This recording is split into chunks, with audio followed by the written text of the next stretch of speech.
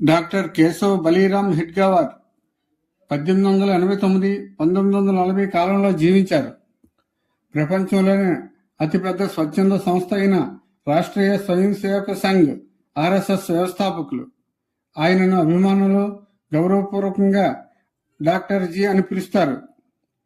1889 April 1న Ugadi రోజున నిజానికి తెలంగాణలోని నిజామాబాద్ జిల్లా బోధన్ తాలూకాకు చెందిన కందుకుర్తి అనే గ్రామానికి చెందినవారు. వీరి పూర్వీకులు అక్కడ నుండి నాగపూర్కు వలస వెళ్లారు. చిన్నప్పుడే ప్లేగు వ్యాధి వల్ల తల్లిదండ్రులను కోల్పోయారు. కానీ క్రమశిక్షణతో చదివి కలకత్తాలో వైద్య విద్యను పూర్తి చేశారు. వైద్యుడిగా మంచి సంపాదన పొందే అవకాశం ఉన్నప్పటికీ దేశం కోసం తన జీవితాన్ని అంకితం చేశారు.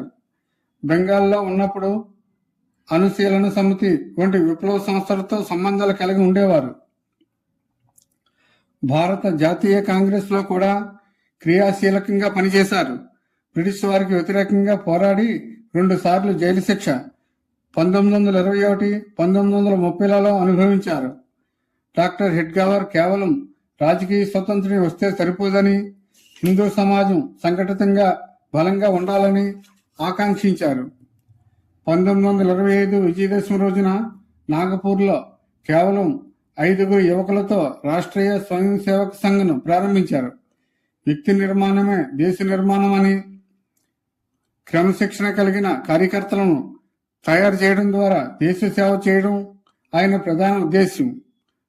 యువకులను ఒక చోట చేర్చి వారికి శారీరక మానసిక శిక్షణను ఇచ్చే శాఖ పద్ధతిని ఆయన రూపొందించారు. నిరంతరం దేశ సేవలో పర్యటనలు చేస్తూ అనారోగ్యం పాలైన డాక్టర్ హిడ్గావర్ 1940 జూన్ 21న 51 ఏళ్ల వయసులో నాగపూర్లో కన్నుమూశారు. ఆయన తర్వాత ఎంఎస్ గోవాల్కర్ గురూజీ ఆర్ఎస్ఎస్ సంఘ బాధ్యతలను స్వీకరించారు.